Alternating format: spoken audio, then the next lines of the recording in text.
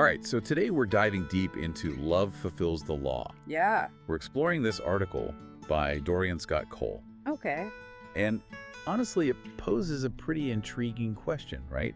Like, does love, just love, does that really have the power to fulfill the law?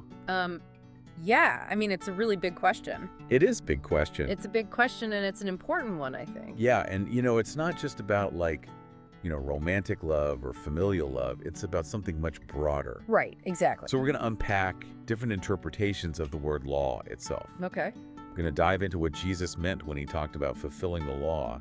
And then we'll explore how the Apostle Paul saw love as this guiding principle, especially for people outside the Jewish tradition. All right. Sounds good. Yeah. So, today, when we hear the word law, we often think of it as just rules, right? Yeah. Rules and regulations. Like rules handed down by some authority figure. Yeah. Yeah. Speed limits, paying taxes, that kind of thing. Right. Exactly. But the law that we're talking about here, it has way deeper roots. Yeah. It goes much deeper than that. Right. It's not just about following rules to avoid getting in trouble. It's about a way of life. Exactly. And specifically, we're talking about the Jewish concept of Torah, which is a lot more than just, a list of do's and don'ts. Right. Torah. I mean, think of it like a guidebook. Okay. Yeah, like a guidebook for living a good and meaningful life. Okay, yeah. And it's really comprehensive.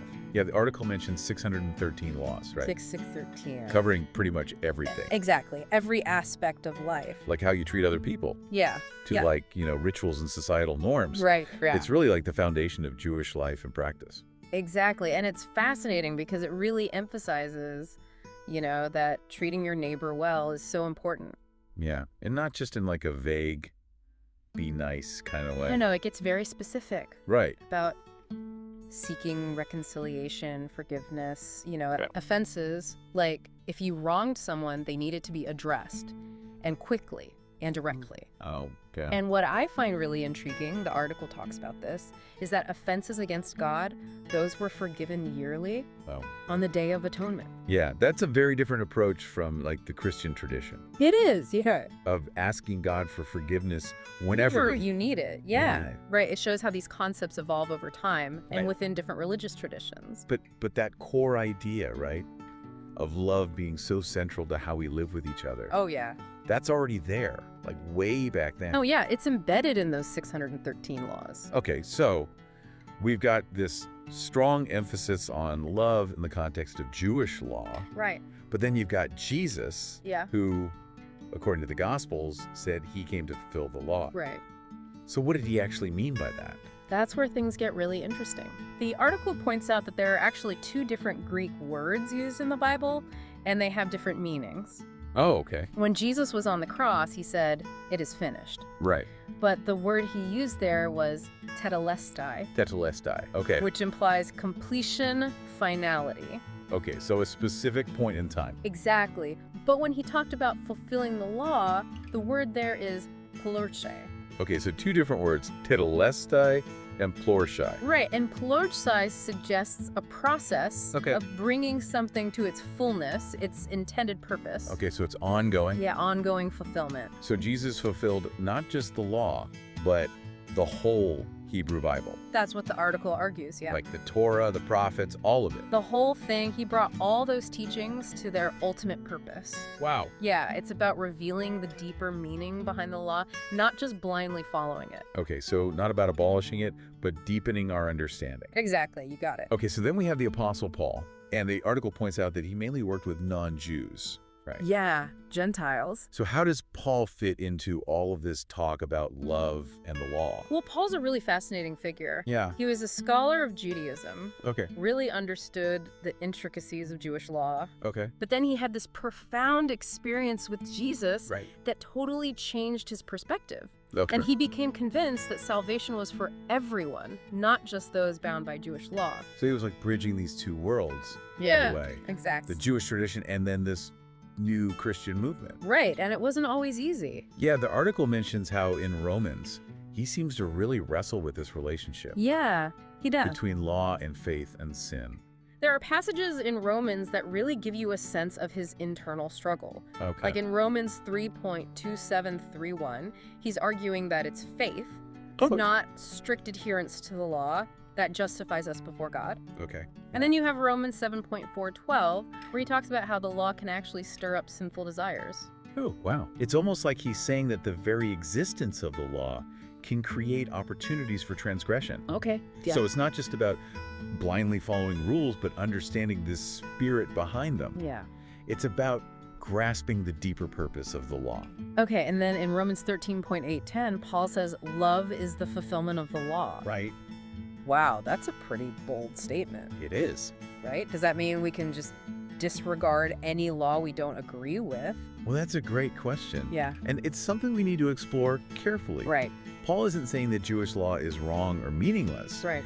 He's emphasizing that how we treat each other, how we embody love in our actions, that's what ultimately matters in the eyes of God. So it's not just about knowing the rules, it's about living them out through love. Through love. Okay, so did Paul always stay true to this principle of, love fulfilling the law? Well, even the most brilliant thinkers can sometimes have these moments of, shall we say, internal conflict. Right, that's human nature. Exactly. So did Paul ever, contradict himself? Well, the article brings up this conflict that arose in the early church, described in Acts 15, where some believers insisted that non-Jews should still have to follow all those 613 laws of the Torah. Oh, wow. So even back then, there were debates about who had to follow which rules. Absolutely. It reminds us that these concepts have always been open to interpretation and debate. Yeah. What's important is how they addressed the conflict. Right. Paul, along with James, led a council of apostles to discuss this very issue. And they decided that non-Jews only needed to abstain from 4 things. Okay, I'm curious, what were those 4 things? They determined that non-Jews should abstain from eating food that had been offered to idols, engaging in sexual immorality, eating meat from strangled animals, and consuming blood. Okay, so it seems like those 4 things were specifically chosen because they would have been, particularly offensive. Exactly. Or problematic in that cultural context. Right, it's a matter of cultural sensitivity and trying to avoid causing harm or offense. Yeah, and the article mentions that Paul later even adjusted the rule about food offered to idols. He did, yeah. Emphasizing that it was really love and intent that mattered most. Right, the heart of the matter. Okay, so we're seeing this theme emerge again. Yeah. Love trumps the letter of the law. It's a recurring idea, and it leads to a really interesting question. Okay. What does it mean to have the law of God within us, as Paul mentions in Galatians and Corinthians? Yeah, that internal compass, that voice of conscience. Yeah, exactly. What exactly are we talking about here? Well, the article explores a few possibilities. Okay. Could it be the great commandment to love one another? Okay, yeah. Which Jesus himself said was the most important commandment of all. Right. Or maybe it refers to the 10 Commandments, kind of like a universal set of moral guidelines. Right. Or even something like the Noahide laws. Okay, the Noahide laws, remind me what those are again. They're a set of 7 laws that, according to Jewish tradition, were given to Noah, applying to all people, covering things like not worshiping idols, establishing courts of justice, basic kind of code of conduct for all humanity. So many possibilities. It's hard to pin down one right answer. It is, and that's what makes it so intriguing. Right. But the article suggests that maybe it goes even deeper than any specific set of rules. Maybe it's about having this innate sense of when we're causing harm or failing to help others. So it's not just about following external rules, but about developing this internal sense. Exactly. Moral development. Yeah, of right and wrong. Moral development, the article talks about how we learn about consequences through our actions. Right. It's more than just feeling empathy or compassion. It's about understanding the impact of our choices. Yeah, so it's not enough to just feel bad for someone who's suffering. Right. We have to understand how our actions might contribute to that suffering and what we can do to alleviate it. Exactly. It's about taking responsibility for our choices. Yeah. And understanding that we can make a real difference in the world around us. I like that. Yeah. That we can make a difference. We can. Okay, so we're going to take a quick break, and we'll be right back to talk more about this fascinating idea of love fulfilling the law. All right. Stay tuned. Okay, so we've been talking about this whole idea of having the law of God within us. All right. It's a pretty powerful concept. It is. But it's also pretty abstract, Right. So how do we actually apply this in our everyday lives? That's the big question, isn't it? Yeah, like what does it actually look like to live this out? Well, the article touches on this towards the end. Okay. And it uses this kind of intriguing terminology. Okay. It talks about creating probability spaces where positive actions are almost inevitable. Probability spaces. I like that. What do you think about that? I mean, it sounds fascinating. Yeah. But I'm not sure I totally get it. Okay, well, Can you, break it down for me? yeah. So imagine, designing your life Okay. in a way that it becomes easier to choose love, to act with kindness and compassion. Right. What if we surrounded ourselves with people who inspire us to be better versions of ourselves? Right.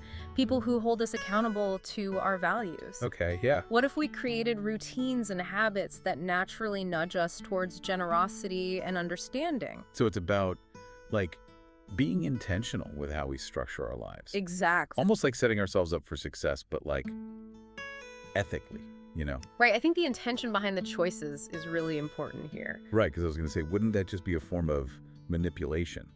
It could be. Right. If the intention is to control or deceive, yeah. But I think it's about creating an environment that supports our growth, Okay. not one that shields us from, the messiness of life.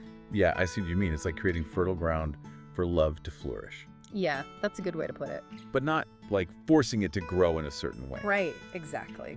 So, okay, probability spaces. I think I'm starting to get that. Good. What about these potential spaces that the article mentions? Well, yeah, potential spaces. Those are really interesting. I'll go those. Okay, so think of them like mental playgrounds.